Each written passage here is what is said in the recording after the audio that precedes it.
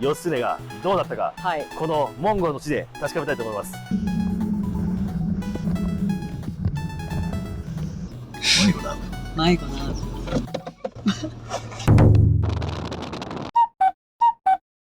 やー、モンゴルですよ。どうですか。じゃあそうけど、ほんまに想像通りのザ・モンゴルって感じ。モンゴルそうですね。すごいですね。ゲルもいっぱいあって。ゲルがね、すごいいっぱいいますね。はい。このね、後部座席に僕たち窮屈にはい座ってるわけですけども、はい。今日どこ行くの？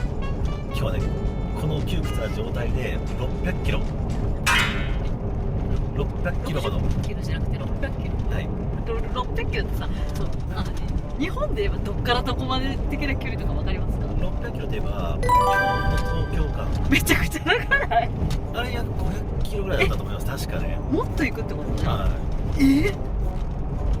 まあ、京都東京間って言ったら高速でもそこそこね、時間かかりますけども、オール下道、オール下道。オール下道、そして、はい。今はまだね、若干舗装残ってるんですけども、まもなくね、舗装がなくなるそうです。なので、砂利道の完全なオフロードをやばくない？約600キロ移動します。マジっすか？もお尻割れるで。う12時間ほどかかるかもしれない。本当に草原のね、素晴らしい景色でね、本当。僕もね、運転手さんに、ね、依頼して走ってもらってます。はい。まあ、窮屈な理由としてね、説明しておきたいのが、ほう。まあ、運転手さんもいらっしゃいますし、あとね、コーディネーターの方、あとはね、そのスタッフの方とかああ、そうですね。やっぱ距離かなり走りますので、はい。そういう方たちと一緒に乗り込んでいはい、サポートますので、してくれる方が。なので、後部座席のね、はいこう真ん中とこう端っこに、はい。2人窮屈に座っておりますね。まあ、そもそもタカちゃん私が来ること想定してなかったから余計記憶になっちゃいましたよね。だから真ん中のね、このいえいえ。狭いところに座ってもらってますけど、ええそれはしょうがないですよ。それはしょうがない。北海道のね、時には、電子レンジハンターのね、ちくわさんが、モンゴルはね、私が行ってきますというふうに言っていましたけども、ここに来ることができませんでした。楽しみな話になりました。びっくりした。どうした？いや、何モンゴル来たけど何？いやるな。や、言ったやん、行く。行く言ってたよ。言ってたけど、まあ、なんだかんだ来ないのかなと思ってますけど、まあ、だったら、このね、無視したある場所にね、連れて行ってもいいんじゃないかなとはい、楽しみです。思いますので、 10時間かかるってことです。 10時間、ここからね、行く先に何があるか楽しみにしてください。はい。本当道路の脇にちょっとさっきの牛がいて引かないか心配です。いろいろいますよね。あー、いっぱい牛おる。ほら見て、道路歩いてんねん。やめてや。スピード。牛も同時に。モンゴルでございます。大丈夫です。まさかこんなとこにね、ストレンジハンターとして来れるなんて、まあ、ストレンジハンター病院につきますよ。チキサンターさんもね、最初はたまごっちハンターとかね、なんか、ストレンジハンターとか、電子レンジハンターハンターとかね、なんかいろんなこと言ってましたけど、はいようやくチンギスハンター。チンギスハンターまで来ました。来ましたんで、はい。ストレッチハンターです。ズケヨン。多分顔の形も卵型、たまごっちハンターのちくわです。電子レンジで、チーン。ストレンジハンターの昇格をね、目指してほしいなと。でも視聴者の人どうでもいいと思う。滑りしたい。芝滑りね、できそうですけど、段ボール持ってくるの忘れたね。まあ、すごい量してる。とてもね、速い速度で走っております。緊張感漂います。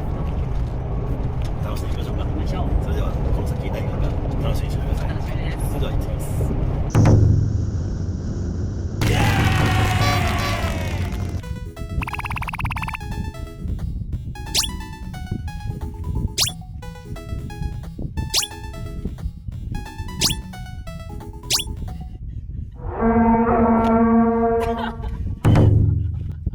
共通点は分かりました。わかりましたか？はい。共通で。ただ、安藤水軍が持ち込んだ可能性を捨てきれません。なんでだってここに来てまた安藤水軍だって安藤水軍いっぱい大陸とか言ってましたね。行ってたから、うんその人ちゃいますか？また義経が来た。何か欲しいです。あると思いますよ。はい。何ですか？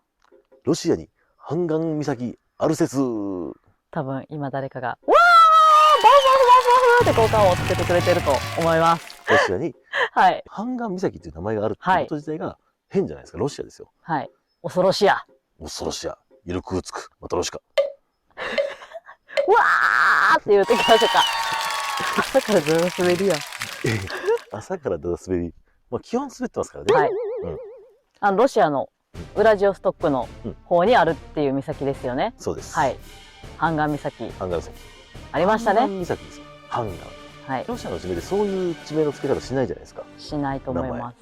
なんかもっとトルストックみたいな、そうロースクみたいな、言ってますよね。そんな感じです。半岸岬。おかしいですよ。違いますね。しかも半岸ってもう半岸カムイクロウ、東北でもありましたもんね。東北でもいっぱい出てきました。はい、匂わせ、それです。っていうことははい、源義経です。いますよね。来てます。位置的にも見ましたけどね、小樽とかカムイ岬とかあの辺の北海道のね、いわゆる義経一行が出ていった出港したと思われるあの辺の場所から結構直線距離ですから、距離もそうですよね。直線でピュッと行けば、そうですよね。はい、もうそこのね湾の方にこう、はい、行けちゃいますよね。行けちゃうんで、あると思います。でももう間違いないでしょ。はい。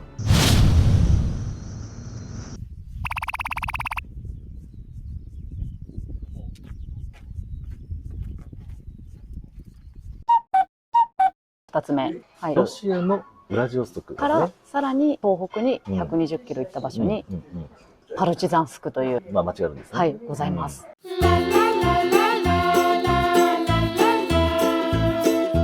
そこに、スーチャンという古いお城の跡があるんですよ。お城の跡っていうのはね、全国的にあると思うんですけど、世界的にもね。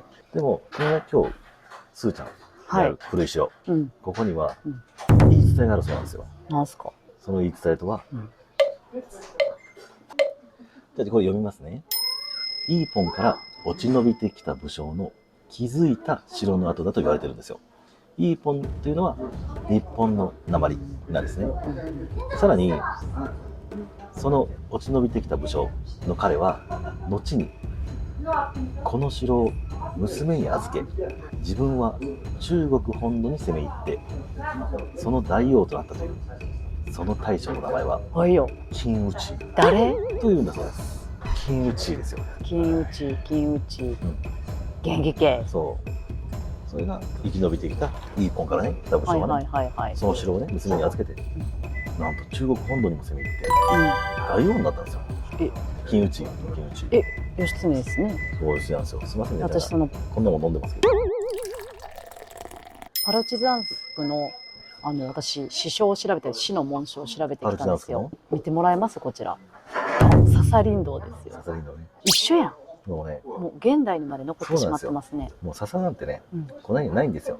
モンゴルには笹ありません。あと地元の人にも聞きました。はい。笹知らないですねって言ってました。いや、そんなん言ってない。言ってた。馬を訓練するご家族が住んでるゲルにお邪魔させてもらいました。ないですね。でも、その紋章をやっぱり使ってるんですよね。現実になっとるやん、伝説が。そっくり。一緒です。こんなとこにもありますね。ありました。はい。3つ目、ウラジオストックから北西100キロのところに、結構遠いですね。はい。ニコリスクっていう土地があるんですけども、そこにですね、昔は赤城市と呼ばれてた場所がありまして、そこに義経将軍の碑っていうものが当時残ってたらしいんですよ。義経将軍の碑、ロシアですね。はい。義経公園って言われてたらしいんですよ。そこのことね。そこのことで、はい、ロシアね。で、そこにその碑があったんですけど、実はもうなんか日露戦争の時とかにロシア軍がその碑を持って帰っていってしまったんですって。なんか台座があって、その上に碑があったらしいんですけど、それ持って帰っていってしまって、で後から軍人の人が見に行ったらしいんですよ。ほんならその碑は全部セメントで塗り固められてたんですって。隠されてたんや。はい。なるほど。なんて書いてるか、都合悪いんかな。そうでしょうね。そう、その台座のサイズとかを全部測ったんですけど、日本が当時使ってた何尺っていうサイズにぴったりはまったそうです。へえ。日本人が作ってるやん。でその日にもはっきりとは見えないらしいんですけど、なんか義経っていう文字と、あとその碑の上には笹林道があったらしいですよ。はい。笹林道と義経っていう文字があればもうパーフェクトじゃないですか。そうです。で、おまけにサイズも尺でぴったり合うように作られていたと。はい。なるほど。そしてロシア側はそれをちょっとね、これはちょっと都合悪いんじゃないかということで、コンクリートでもうコンクリートに塗ってしまったと。持って帰っちゃった。いろいろありますね。義経が来た証拠がありますよ。ありますね。そんなところにも。ニコリスクにもございます。なるほど。はい。ロシアにね、日本の地名と全く同じような名前、やっぱいろいろついてるんですよ。へえ、どこですか？例えば、チタとかね。これね。あ、お酒？あ、お酒もありますよ。はい。チタっていうウイスキーとかあります。これはどこかというと愛知県の知多半島っていう半島があるんですね。はい。そこチタっていう名前ついてますし、ほいほいほい。他にもねアガまだいいんじゃないも違うよ。うアガとオガも違うもんね。阿賀は秋田県の男鹿市のこと。ああ確かに。向こうの人たちねオガのことをアガって言いますかね。ちょっとあー方言でねなまるじゃないですか。なまってねそうこれはああ、うんビンゴ。最初の方分かりまへんねん言うて、いろいろ聞いたらしいんですよ。うんでも、チンギス・ハンが、その辺統一したん、こんぐらいかなって感じらしいですよ。まあ適当。ここは正確にはモンゴル帝国うんだと思いますんで、ここはちょっと訂正していきましょうか。はい。ちょっと気をつけます。そういうとこ別にどうでもいいやって思っちゃうタイプで。申し訳ね。いや、そのどうでもいいやが、やっぱ人間の差がなんですよ。私あれや、チンギス・ハンのメンタルになってる今。そういうことです。きた。はい。他にも、はい。広くですよ。広くて広くね、大きくとかじゃなくて、まあ広くって言われてぴったりやん。まあここは確かにぴったり、ここにはついてないですよ。まあロシアの方にね、はい。はい。ついたわけですけども、広く、まあはい昔はね、広田とも呼ばれてたんですよ。へえ。広田ですよ。広い田んぼですよ。ぴったりやん。まあ、田んぼではありませんが広いですね。広い。えーぴったり。こんな風に日本のね、その地名と同じ名前っていうのを結構付けられてるんですよね。うんうん。日本の地名って結構発音もそうですけど特殊じゃないですか。はい。ね、ロシアとかの地名とはやっぱり呼び方だいぶうん本来違うんですけど、うんそういった、ね、地名が結構付けられていて、これもまあ義経がねこう来た時に、あここに似てるなみたいな、うん。じゃあ広田にしとこうか、そういうのがね結構あったそうなんですよね。他にもあるんですよ。まだありますか。中国のところにも平泉、平泉って書いて平泉ってもう平泉平泉です。はい、これはもうあるんですよ。平泉です。はい、終わり。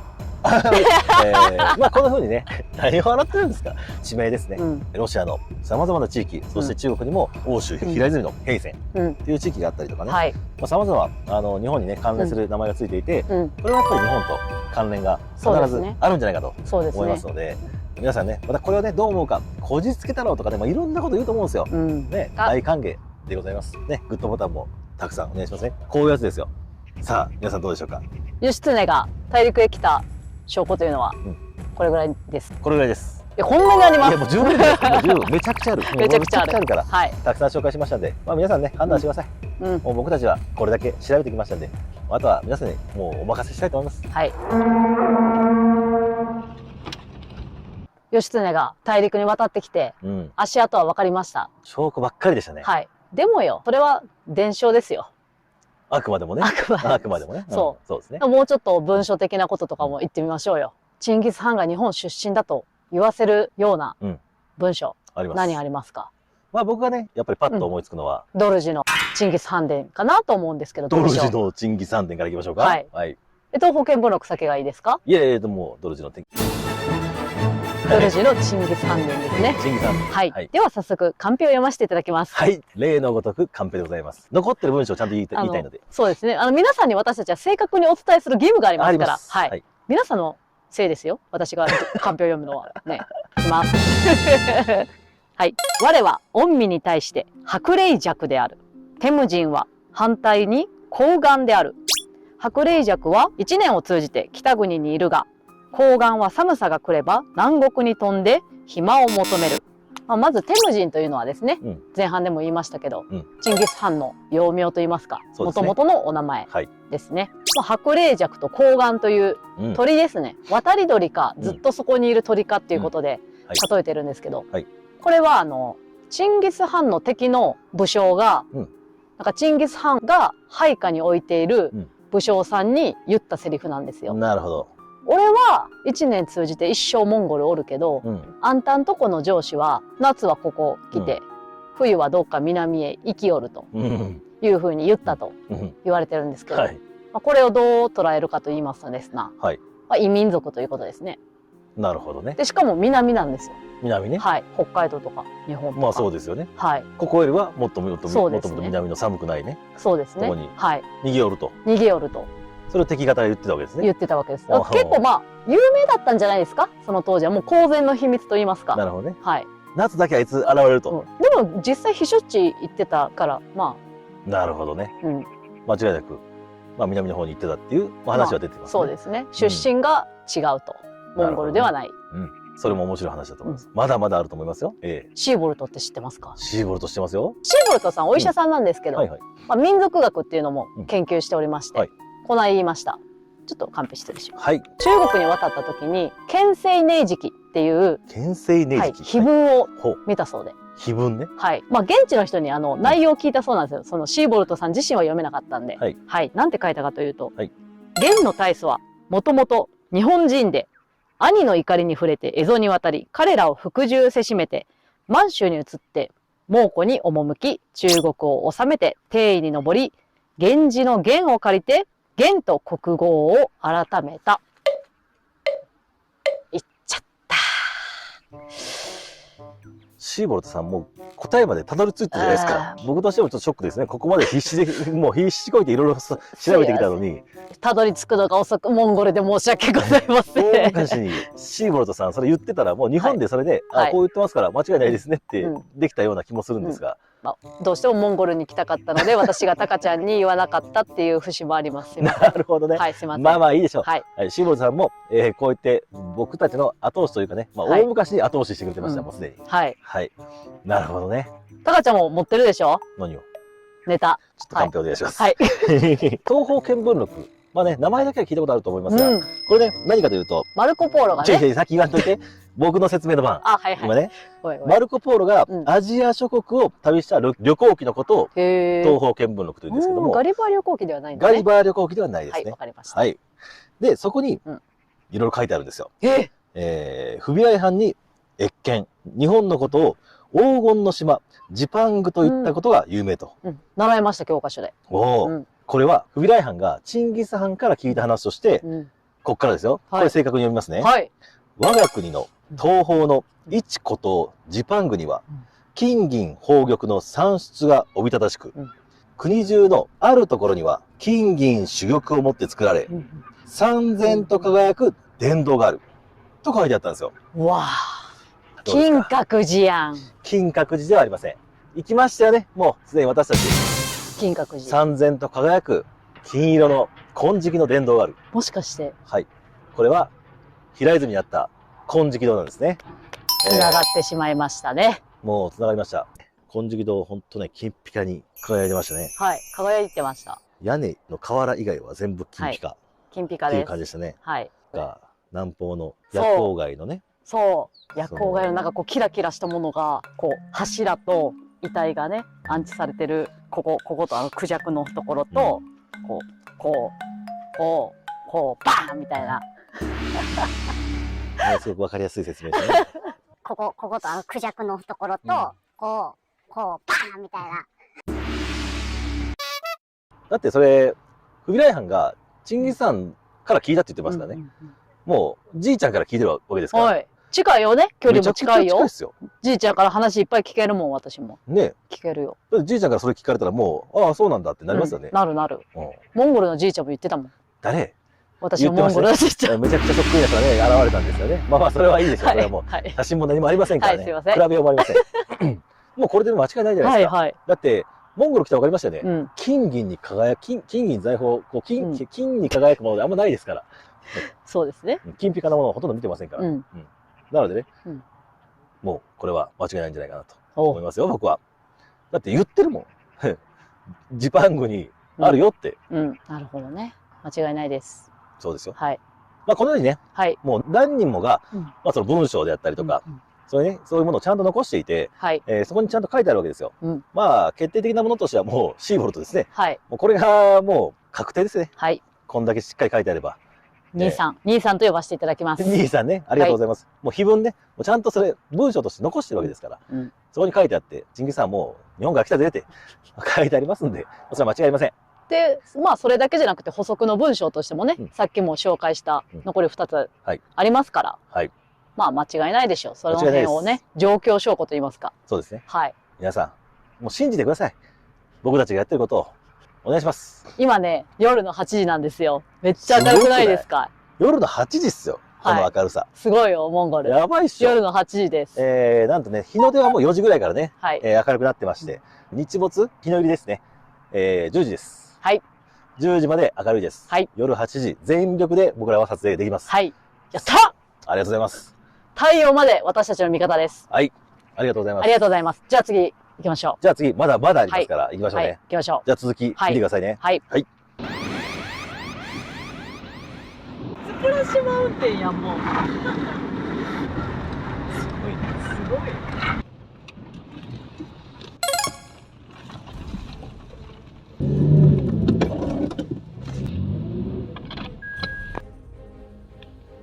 とうとう車がぬかるみにはまってしまい動けなくなりました。ドライバーの方が必死でスコップで掘っているんですけど、相当なぬかるみなんでどうなるかちょっとわかりません。なんとか早く抜け出せることを願ってます。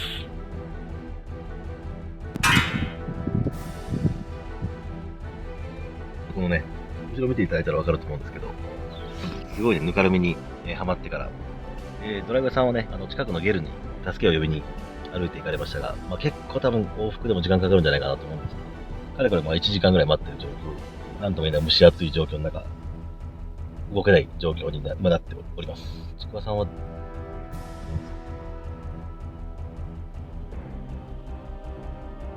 こんな状況でも寝ていられる、素晴らしい才能だと思います。目的地にたどり着けるかどうか、ちょっともう微妙な状況なんで、不安もやっぱりありますけども、こういった危機を回避して、せっかくね、モンゴルに来たんで、目的を達成して帰りたいと思います。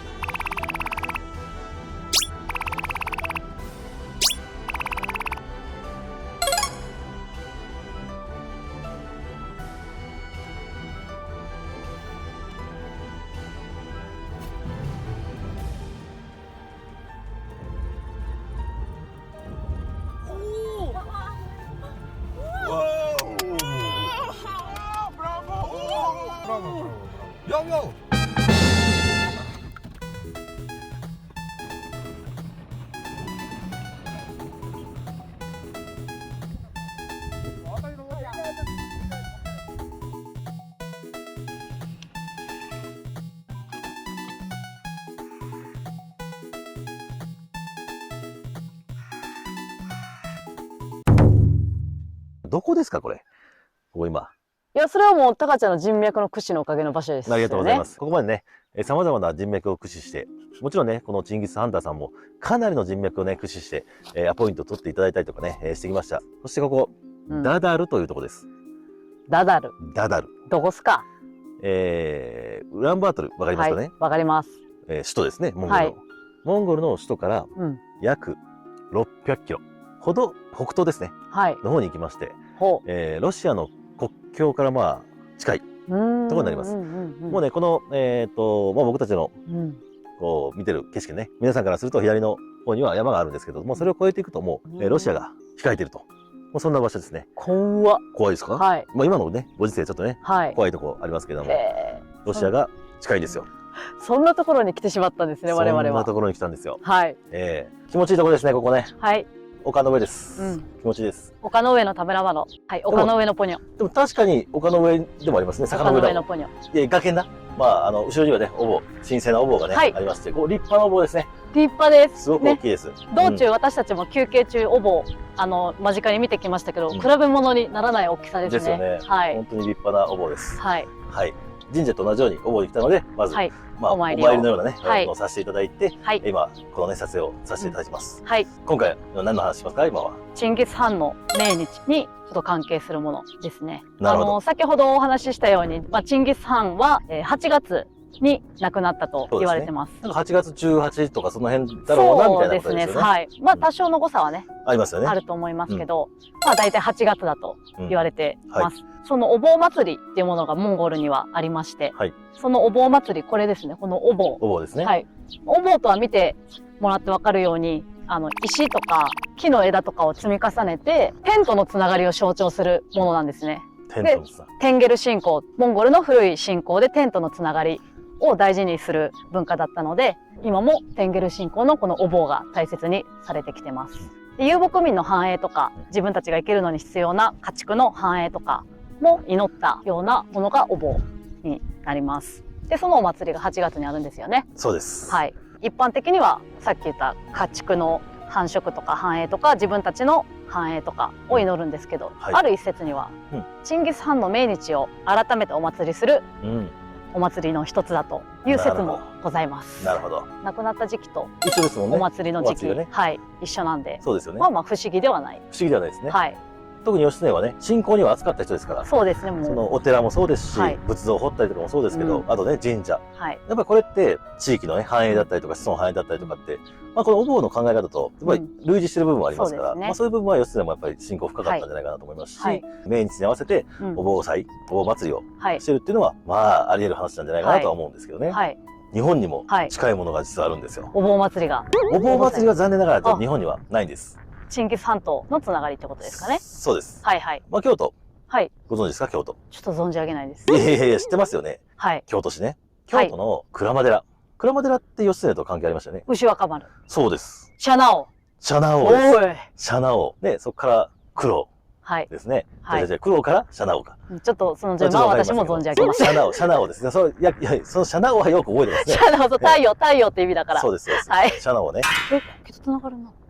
面白いですねやばい。なまあいいです。すいませんごめんなさい今気づいてるまた順番に入ります。はい。どんどんね、こう、もう話せば話すほどね、繋がってくるんですよ。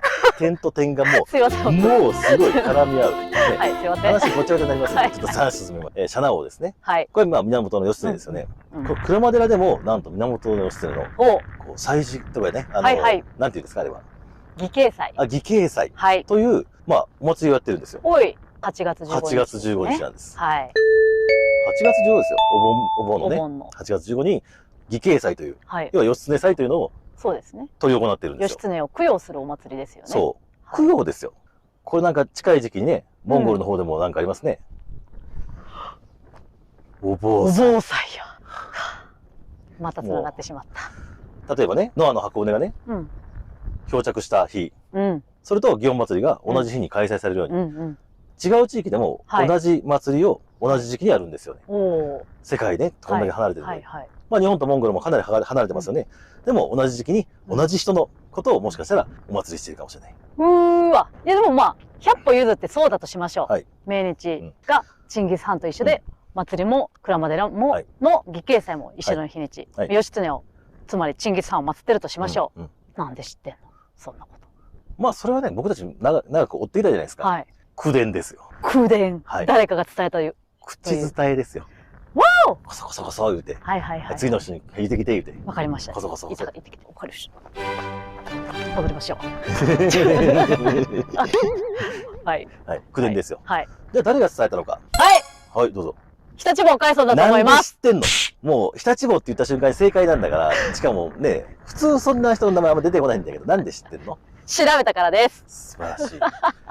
調べて出てくるものでは実はないんです。え、そうなんですか、はいなんで知ってるんですか？まあ、ある人脈を介してですね。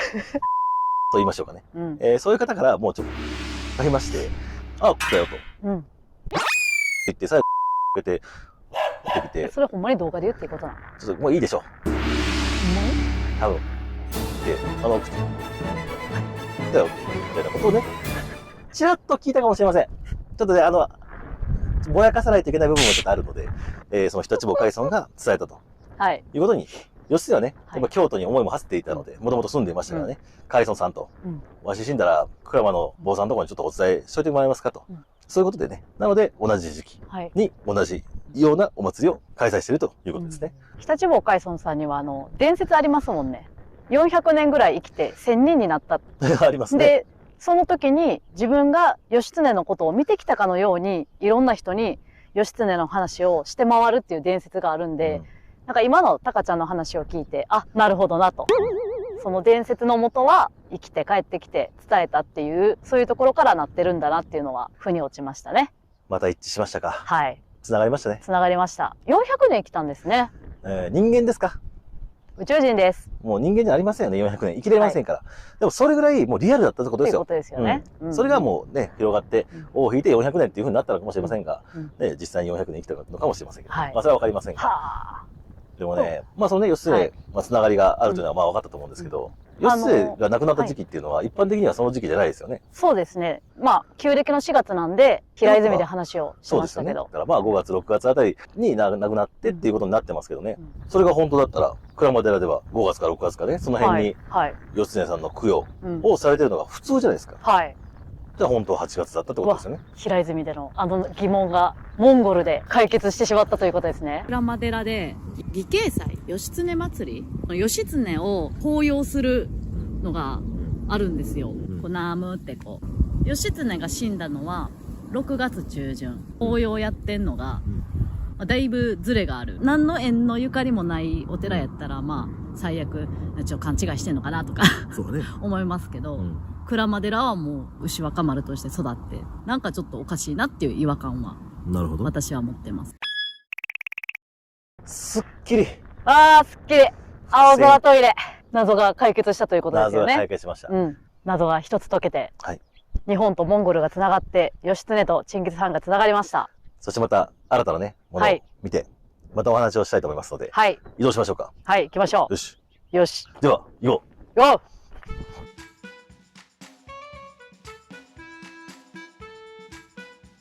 またまたいい景色ですよ、本当に。はい。で、どこ行っても景色いいですね。最高じゃないですか。はい。後ろ見てください、後ろ。はいどダダル山ですねう。ダダルさん。ダダル山です、皆これさん。ダダルさん。はい。This is ダダルマウンテン。全部知ってるやん。もう、全部調べてきた。そうやねただついてきただけ。うんダダルという地域にね、はい来たわけですけども、うんそのね、地域にはダダル山という山があはいるわ。けですよ。何度も言いますが、ロシアとの国境近くとはい。いうところですね。はい。で、ここは、まあ、一応有名な場所ではあるんです。そんなね、ドマイナーな場所ではなくて、はい。まあ、ちょっとしたね、町もありまして、人もね、住んでうんいらっしゃいます。ここには、なんという、まあ、由緒と言いますか、うんうん。それがね、あるかと言いますと、はいチンギス・ハンがほ生まれた場所としてう。ほ認知されてるんですう。よ。ダダルが。ダダルがね。はいはい。なので、このダダルさんは、チンギス・ハン、うんバースプレイスうんとして、一応名前が知られていたりはする場所にはなります。で、ここの丘がその場所っていうことですよね。この丘がその場所です。へえ、いいとこで生まれたなめちゃくちゃね、いいところで生まれてまぁ。す。とこで生まれたおボンボンやで。そうですね。はい。うん。ただ、今日はね、そのね、バースプレイスの話をしたわけじゃないんですよ。うん。チンギス・ハンが残した最後の言葉、はここに触れていきたいとつ思います。ながります生まれた場所が。まあ、これはちょっとお楽しみにしてください。はい、わかりましたチンギ。ス・ハンターさんがいよいよね、はいまたね、ハントする時が来ましたよ。半を半と。ハンをハント。はいはい。さすがです。ありがとうございます。では、はい。チンギスさんが残した最後の言葉、また何か見ようとしてますね。はい、見てます、見てます。はい。我、この対面を。ちょっと失礼いたしこのます。くだりは、義経神社とかでもありましちょた。っと失礼いたします。すいません。我、この対面を受けたれば、シスとも今は恨みなし。ただ、古山に帰りたし。というセリフを残して、チンギス・ハンは亡くなったとなるほど。言われております。まあこの対名、多分モンゴル帝国を築いたっていうのが彼の対名だったということでしょうか。はいそうですね。でも今は特にやり残したことはないと。もうないです。ただ、古山、ふるさとです。古い山、ふるさとに帰りたい。はい。ほなぜふるさとに帰りたいなんて言うんですかね。う。モンゴルで生まれ、モンゴルで育ち、うんモンゴルを支配したうんチンギス・ハンだったら。自分の領いや、おるやん土は。そうですよね。もう自分の領土はもう全部、はい自分のふるさとじゃないですか。はい、そうですね。うん。っほう。どっか違うとこにあるの？ていう風になりますよね。うんうんうんうんやはり、チンギスさんはうん、義経だったと考えれば、また出てきましたけども、うん。そうですね。同一人物だと考えれば、ふるさと、はいいわばね、日本にはい。帰りたいなってうん思って、その思いを最後に言って亡くなったのかもしれませんね。京都、吉野の山、うん。平泉をはい。思い浮かべ、はい。ああ、また日本に帰って、羊と小麦のスープ、手を変え品を変え、ただ原材料はずっと一緒の料理ばっかりではなく、ディスるな。いやー、この気持ちむっちゃわかります。私も今、古山に帰りたい。わかりますよね。うん美味しい日本食が食べたい。食べたいですね。僕ね、行きにね、このコーディネーターの方とかと喋ってる時に、はい日本行ったことありますかって話したら、ありますって言ってね、美味しい食べ物とか食べましたかとかね、いや、もう僕、全部美味しくてね、全部食べましたよってね、納豆マグロ美味しかったですって言われて、納豆マグロ。なんか食べたいと思いましたね、今はもう。うんそれがね、ずっとね、この数日間、納豆マグロをね、僕は引きずっております。ずっと残念ながら。納豆もマグロも出てないですね。納豆もマグロも出て魚も豆も出てない。絶対存在しないんですけど、納豆マグロがもうね、頭から離れないんですよ。ただね、僕、納豆マグロ、今まで食べたことないんですけど、いや、山芋のね、はいマグロとかね、いいですね食べたことありますけど、うん納豆マグロはね、ちょっと今食べたことないんですけど、何十も食べたんでしょ絶対うまいだろうなと思ってますね。はい。まあ、そんなことどうでもいいですよ。はいとにかく故郷に帰りたい。とう。うん。言って、亡くなったと。はい。でもね、それはチンギス・ハンが義経だったってことを知らない人たちからすると、うん。何言ってんのこの人って。そうですね古。山に帰りたい。何言ってんのってなりますよね。なります。うん。じゃあここに、来た理由ですか。はい。お墓がここですか？鋭い。お墓、分かってない情報を私は携えて持ってきたんですけど、そうですねこ。んだけ資料を持って、お墓は確かに分かってないとされています。資料どうぞ。はい。はい。では、僕が資料です、今から。はい。バースプレイスって言われてますけども、うん。ここが、実は、義経の墓所。いわゆるマジ埋葬された場所マジだということなんです。なので、普通はね、ミツバチが飛んでる。ここね、来ていただいたらわかるんですけど、なかなか来れないと思いますけども、ね、神聖な場所、お坊というところね、ありましたけど、はいその周りをね、かなり結界のように、杭を立てて、ほんと入れないようにね。ほんと結界ですね。そういうところってあんまりないんですよ。そう。どこでも自由に立ち入ってくださいっていうのを、もう600キロ以上移動してきましたけど、こんな場所、区切られてる場所一個もなかったですね。めっちゃ細かくね、後でもちょっと撮影しておきますけども、細かく杭がね、ずーっと打たれて、そうこの辺り、地域をね、入れないようにしてるんですね。うん。それぐらいのところなんですよ。そうですね普。通、生まれた場所、こんな囲いますかね、バースプレイス囲わないです。。なんか、石碑で、ここは生まれた場所みたいなですよね。のが普通ですけど。ですよね。西郷隆盛さんの生家ですとかね、もうこんなんじゃないですか。そでもね、ここもう、すごい敷地囲ってますから、かなりね、これ厳重に、入れないようにしてまう。すよ。うん。うん。で、勝手にね、掘ったりとかもできないようにしてますよ。はい。そして、極めつけ、古山に帰り出しって言葉ありましたよね。ここの景色、モンゴルとちょっとなんか雰囲気変わりません？そうですね。なんか山もあって、なんか湿原、なんかずっと草原でこう岩山とか草山とか丘、ただの丘だったんですけど、日本の風景っぽいなっていう印象ですね。そうなんですよ。はい木があってね。そう。どっかの景色にも似てますよね。川があって、川があって。そしてこれ高田手切系堂から見た平泉の風景に私は結構デジャブを感じてます。そうなんですよ。はい。川があって、平野があって、その向こうに山があって。一緒一緒。ここはね、山がね、草原じゃないんですよ。ちゃんと木が生えてるんですよ。うんちょっと日本っぽい風景出てますよね。うん。だからここで、ここの景色を見たときに、ああ、平泉になんか似てるな、みたいなね、うん。ことを感じ、だから草原のね、ところにドーンと山とかいっぱいありましたけども、はいそこじゃなく、この景色のね、ところにあ自分をね、埋葬してもらったと。うんただその埋葬した場所が、なぜその理由だったのかっていうのがバレてはいけませんので、理由はもちろん公開はされてませんけどあ。も、そのお墓がある場所っていうのは全く分かっていません。しかも全工程分かってないんですよね。そうなんですよ。30何代、 39代。 39代いる、はい。チンギス・ハンのね、うんその、作ったモンゴル帝国のうん。その後の工程、うん誰の墓も分かってないです。うん。うん。それぐらいね、やっぱり一癖高く、うんしているっていうのが、義経の特徴であり、はいはいチンギス・ハンの特徴うん。なんですよね。はいまあ、今回、うんダダルに来たうん目的ですよ。へえ。なんかダダルの横の方の山に、ボルカンカルドゥンっていうところがあるんですけボルど、カンカルヌン。そこが、まあ、チンギス・ハンのお墓で一番有名だと思う。調べてきて、私はですよ。はい。で、そこはもうモンゴル人以外基本立ち入り禁止ですごい聖地とされてるような場所なんですけど、そこではなく、はい。で、ここ、ここなんですよ。聖地とされてね、本当にそういう風にされてたら、やっぱ気になってね、行っちゃうもんね。行っちゃいますよね。ただ、大概隠バーされてる。スプレイスとしておけば、ああ、生まれた場所なんだねって、うんうん。気楽ですよね。気楽です。何も隠されてないと思っちゃいますよね。うん。ああ、生まれたんだ、こういうところで生まれたんだ、いいね、いいね、それで終わりですよ。うんうん。うん。でも見る人が見ればわかりますよ。わかります。ね。ここまでモンゴル何百キロ、600キロですよ。うん旅してきました。はい。ね。これだけ厳重に柵が張られてるところ、もうここしかないですよ。そうですね。うん。ここには何か秘密があるんじゃないかって思うのが当然です。うん。あとね、生まれた場所にそんなでかいお坊を建てますか？立てません。建てないんですよ。徳ちょっとわか川家康。んないんですけど。徳川家康亡くなったら自分でね、神社建てました。はい。日光東照宮。うん。立派ですね。うん。そういうのがあるじゃないですか。うんうん。やっぱりこのお坊もかなり立派なものになっています。これが僕はね、様々な人脈も駆使して、さらにね、チンギス・ハンターも過去にね、人脈を駆使してやってきましたけども、はいはい。ここですよ。へーまさにここです。へーって言いながらね、後ろ向いてるじゃないですか。まさに今景色見てるような、こう雰囲気をね、醸し出してるんですけど、カシャカシャカシャってカンペ出してね、今必死で読んでますよ、この人。はい。ではどう思いますか？どうですか？カンペです。すいません。お墓がわからない理由というか、隠した秘密もあるなと思ってちょっとカンペ見てたんですけど、相当徹底してました。徹底します。はい。亡くなってからお墓を作るまでに、まあ、棺をてってる運ぶわけですよ。ここです。はい。運ぶときに、こう、あった農民とか遊牧民の人とか、もう全員切り殺していったらしいですよ。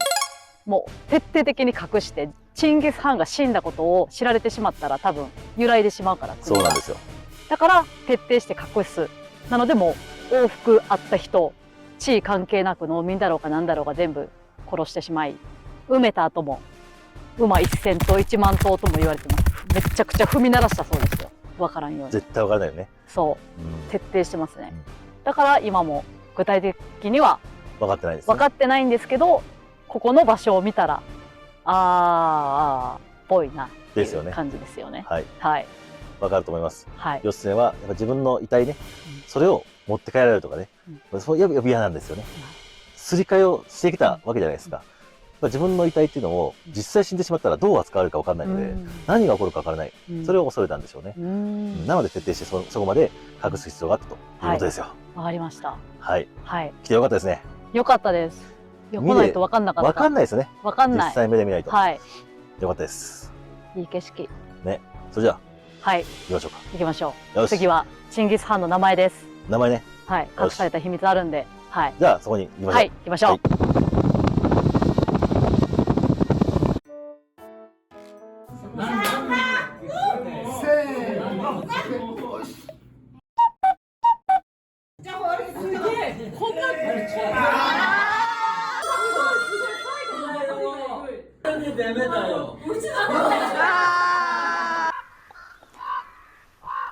チンギス・ハンターさん。はい。後ろには何がありますか？炎が見えます。炎？はい。どこ見た？この形、炎ですね。もっとでかいの見えるとこない？青空。違う。いや、確かにでかいよ。はい。確かに青空でかい。はい。鳩も、世界共通。あるやん。フビライハン。違う。確かにそのチンギス・ハン。チンギス・ハンですよ。はい。でっかない？でかいです。このね、白い石板、チンギス・ハンです。こんなでかいと思いませんでした。でかいですよね。写真では見てましたけど、私と一緒ぐらいの身長のやつかと思ってたら、むちゃくちゃでかい。めっちゃでかい。何メートルぐらいありますかね？3メートルぐらい？もっとあるでしょ。3メートル、4、5、6、7メートルぐらいありますね。結構でかいですよ。はい。これね、今回この人脈を駆使して、このダダルというところね、行きなさいということを言っていただいて、ダダルにはこれがあるんだよということを様々聞いてきたわけですけども、こんなね、もうロシア国境付近ですよ。バカでかい石像。すごくないですか？いやー、絶対来ないです、自分ではね。絶対来ないですよね。絶対来ない。しかも、ここまで来る道中、どうでした？道ありましたか？いやー、なかったです。そう。標識もありません。あとね、明確にここですよっていう道路ありません。ありません。なぜか私が無数に枝分かれしつつ、もう常に網だくじ状態。で、どれが正解かわからない。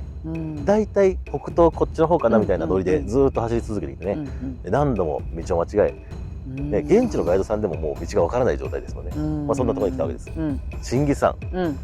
その名前に隠された秘密。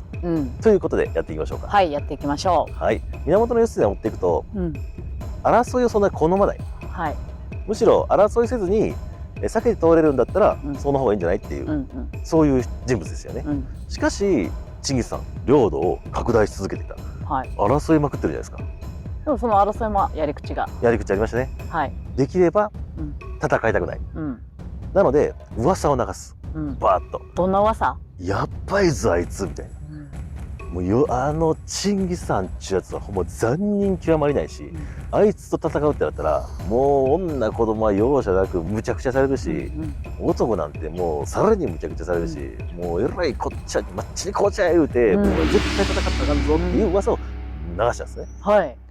でそれにそうその噂を聞いて、この人は怖いと言って避けてきた、戦いを避けてきた人たちもいるし、でも実際にそんなん知るかという人には徹底的にもうめった打ちにしたらしいですよ。抹茶に紅茶をされたということですね。抹茶に紅茶なんですよ。なるほどね。やっぱそう抹茶っていうところも日本とのつながりがありますね。はい。ということでね、それぐらい残忍なところもあったりとかしたんですけど、極力戦いを好まなかった。でも領土は拡大し続けていた。そしてずっと笑ってますね。ケラケラケラケラ。どうしたんですか？いや、その残忍さに燃えると思って笑ってます。残忍さに燃える。だいぶやばいです。なるほど。はい。今はいいでしょう。はい、ありがとうございます。そういったね、行動をし続けていた。チンギスさん。はい。そのチンギスさんの名前に隠された秘密が実はあるということなんですよ。おーこれまた面白いですよね。これまたね、カンペ必要なぐらい難しいやつなんですよ。そうなんですか。はい。なので、よろしくお願いします。はい。2つの読み方ができるんですよ。私、カンペ代わり。チンギス・ハン、漢字で書くと、ここに、ここに、バーン。バーン出てます。これですよ。これです。ここね。ここと、ここと、ここです。こんなとこまで出てません。ここに出てますよ。ここですよ。はいはい。こちらに。こう書かれてる漢字を書くんですよ。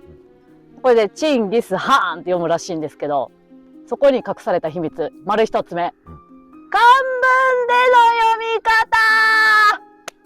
方。バリ声響いた。漢文での読み方です。はい漢文読み。こちらですね、タカちゃんお願いします。なる、よし。よし、思う、汗。なるほど。はい。よしのとこに、皆さん、古典で習ったね。古典。レ点お願いします。レ点ね。はいレ点ね。ここ。はい、チェック。はい、チェはいック。もう一個、思う汗の間にレ点ちょっとお願いします。ここに、はいレ。点。はい。入りました。さあ、なんて読むか。よしのなりて、汗を思うと。よしをなりて、はい。汗を思う。思う。ほどうですか？ここまで追ってきたストレンジハンターなら、すぐにピシッってくるんじゃないですか？う。まず、このね、文字を見て思い浮かぶのは、はい。吉野じゃないですかね。おー。吉野から紐解いていくのがいいんじゃないでしょうか。はいはい。これ感情移入してしまう人は、思う汗の方をね、うん最初に来るかもしれませんが、うん僕はどっちかというと吉野ですね。うん。吉野といえば、静御前ですよ。ありがとうございます。静御前様と、ね、仕方なく別れた場所なんですね。うんうん追っ手に追われてうん逃げていくうん義経、吉野の山に入っていく。しかしそれを追って入ろうとした静御前、女人禁制なんですね。うん。うん。なので君はダメだということで、そこでね、もう泣く泣く別れたわけですね。うんこの吉野うんを連想できるんじゃないかなと思うんですが、じゃあそれが本当かどうかというところで、汗を思う。ここじゃあ説明してもらいましょうか。汗を思う。何ですか？汗を思う。汗を思うんですよ。汗かきやった。静御前が。そう。あっち。汗ですよね。汗をそのまま多分読んだらいけんのですよね。うん。汗を三髄辺の三髄、水。で、どけた後の何？干すに干すってなると、水管。水管。はい。と読みます。そうですね。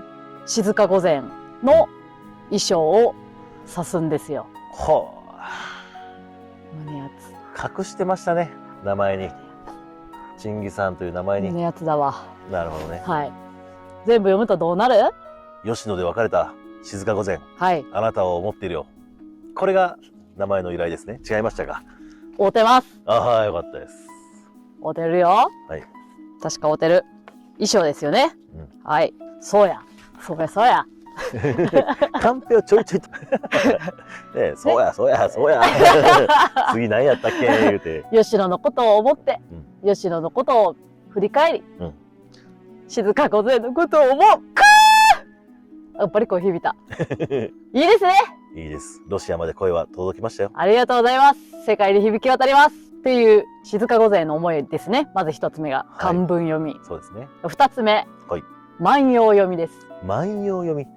そのあたりね、僕ちょっと苦手なんですね。一つの文字に、意味を持たせて、こう、読む。うん。万葉読みやから上でいいかな。うん。なす、よし、も、がな。ちょっと、なすよしもがな。はい。おちょっともうがなは若干強引ですけど、おお。なすよしはまあまあ、皆さんすぐにそうですね。ね、もうわかると思いますなすよし。。うん。なんと、なすよしもがな。うん。どうでしょわかりません。う。うっそ。うんと、ちょっと私も忘れたんで、カンペ読みに行まってきます。た完璧ですね。ありがとう。なすよしもがな。うん。なすよしもがな。昔を今にすることができたらな、という意味なんですけど。深い。昔を今にすることができたらいいのにな。はい。はあ。これなんか意味ありそうですね。意味ありそうです。いいこれで、すお返しですね。おお返し。お返しの歌です。お返しといえば何かもらった時にするものですよはいね。。歌をもらいました。歌。誰から？静御前から。出ましたまた静御前。はいどこで何歌いました？静御前が歌を歌ったといえば、もう頼朝のところにね、こう拉致のようにね、こう監禁されてましたね。そして、舞がねとてもうまかったんですよ。うんこの静御前さんは。うんそして、頼朝といえば、相手の勢力ですよ。そしてそこにおい静御前と、うんお前ちょっとうまいらしいなと踊んのと、うんちょっとやれやと、うん待ってくれやとうん言って無理やり舞をねやらされたんですよ。うんその時に歌った歌があるんですよね。しずやしずしずのおだまき繰り返し今は昔に那須よしもがなおお出た、もう出た。うーいって静御前は歌ったわけですよ。すげえ。はいもう最後の言葉聞きました？那須よしもがな。はいもうさっきの言葉じゃないですか。そうでその当時はですねこう送られた歌に対してはお返しをするというのが常識ですから義経会えませんでしたよね静御前会えませんね。でした。それをチンギス・ハン王が即位したと同時にお返しをしたと。はあ、名前でね。男すごいな。男だわ素晴らしい惚れてまうすごいな。人たらしモテよ最高ですねこういうとこやでこういうとこね。はいジュジュよりも先にアンサーソング作ってたんですね。はいそうですね大丈夫その辺はまだ知識あるからああ、よかったです。分かってないのかなと思いましたけども。ねちょっとえ。古すぎておおってなった、ジュジュフューチャリングスポンタニア。あったね今ね、みんなスタッフがね、みんな誰だっけみたいな顔してましたけどね。はい、撮影スタッフ今ね、今30人ぐらいかね、いはいますけども。いますいますみんな爆笑してましたね。はい現地の人も爆笑してる、本当にありがとうございます。本当に。うん。そういうことですよ。どういうことはいそう那須フューチャリングしたということですね。要はい。はもうあ違う。アンサーソングをそう。そんなもう大昔からはい。作ってたわけですよ。いやもうね時代を超えてですね、ちょっとね、はいこう歌を歌ったうん時期とはちょっと離れた時期、何年も何年も経って後にうん。この名前でお返しをする。うんはあ、おつですな。オツです。えだからこそチンギス・ハンは領地を拡大しなければいけなかったんじゃないですか。ほだって自分の思いを全部名前に込めてんだもう、ん。そうですね。それを誰に届けたかった。誰に知ってほしかったんでしょうね。それは静御前ですよ。そう。だから世界にはこんなやつがいるんだとうん。いうことを知らしめるために名前でね。世界最大のモンゴル帝国の領土を築いたんちゃいます？すごいな。なんかもうロマンですね。本当に。ロマンって言っていいんでいいかわかりません。はい。もうなんか愛は永遠ですね。永遠でございます。だってね、義経、チンギス・ハンは静御前が自分を追ってきて、うん自分が、身代わりを立ててね、うんこう平泉で亡くなったように見せかけたじゃないですか。うんそれを信じて、もう泣き崩れてね、うん引き返して、うん途中で亡くなったんですもんね。うんそれを知らないですもん、うんチンギス・ハンは。そなんということだ。う。いやー熱いです。熱いですね。はい。いい男。いい男ですよ、この男。なんか最後までブレないというか、ブレない義経から一切ぶれない。チンギス・ハンまでずっとなんかブレてない芯のところは芯根っこそこに芯をかぶせないというそれちょっとやばいなと思ってすいません。ちょもう沼ですよ。もうっと天然でかわしていってしまいました、はいすいません。根っこのところはずっと変わってないなっうんていうふうには思いますね。すごい。はい。そんな一貫してぶれない男はなかなかいませんよ。うんそんなね、義経、はい持ってきてるわけですね。はい。どうですか皆さん、視聴者の皆さんはうんこの名前に隠された秘密どう思われますか？うんどう思うかは皆さん次第ですけども、うん僕たちはねそれをね追って、そしてね実際にね目で見てうん。モンゴルのダーダルというところまで来てはい。確認をしてきましたんで、はい。素晴らしい人だなと僕は思ってますけどね。思ってます。はい。さあここまでね名前も含めて最後は追ってきましたけども、招くま的結論を出しません？ここまで何度も出したような気もしますが、また出しますか。やっぱりダメ押しの。ダメ押しの一撃いきはいましょう。じゃあ僕が発表しましょうか。はい、どうぞどうドぞ。ーンとね発表させていただきたいと思うんですが、はい。お願いします。しょうがない。ここまでねずーっとこの説一緒に掘ってみたいと思うんですけどってうん。言ってきたうん。この遠慮します。いきましょう。はい。源義経はい。イコールうん。チンギス・ハン説。はい。これは同一人物である。間違いありません。この確信を僕は得ました。チンギス・ハンターさんはどうですか？全くの同意で異論はございません。もう間違いないですよね。間違いないです。もうかなりたくさんのものを見てきて、もう間違いないんですよ。はい。これを違うだの、なんだの、うんいうことがもうそもそもなんかもう変。なんでって逆に思う。だってエビデンスめっちゃ出してきたよ。うんむちゃくちゃあるよ。モンゴルまで来たよ。来したよ。で現地の人たちもいろいろ聞いてねそ話をしたけどもう間違いないもん。う。うん。で矛盾とされるそのね反対派がいっぱい言ってくるんですよ。矛盾がねこうどこだこうだこうだこうだっていっぱいいますよ。うん多分ねこの動画を見た人もなんかそれはおかしいじゃないこれはこのうんね亡くなったエビデンスはこうだこうだって言ってくると思うんですけど、うんもうね言ってきてください。それはそれでしっかりね楽しく読ませていただくんですけど、はいはい。ねでも僕たちは一応ね、うんここまで追ってきて、うんルスネイコールジンギスカンであったっていうことを結論付けたいと思います。はい。ありがとうございました。楽しかったです。ここまではい。かなりの時間とねはい。かなりのね、旅費をとんでもない料理。とんでもない旅費を使ってきたと思いますが、はい。ね、でもそれなりにね、うんやっぱすごいものができましたね。うんできましたね。面白かったと思いますはい。ではね、うん僕はストレッチハンターとかなんか、うんうん電子レンジハンターとかからうん昇格してきたうん。あなたにね、うん。僕は敬意をしようし、うん。ここまではい。よくできました。はい。お疲れ様でした。ありがとうございました。ありがとうございました。持ち込みか、素晴らしいと思います。はい。ありがとうございます。楽しかったです。楽しかったよね。はい。じゃあ、また会う日まで。じゃあもうお別れしましょうか。もうここで、ダタルで。ダダルで帰ダタる。ルでお別れ。はい。ダダル現地。解散。現地解散ダタしましょう。ル現地解散かなりやばいよ。ウランバートル空港ですよね。うん私、ロシアの方、シベリア鉄道今からもう行って乗っていくんで。きてください。もういいですよ。はい。その旅のね、また報告期待しますんで。任せてください。いつか会いましょう。会いましょう。ありがとうございました。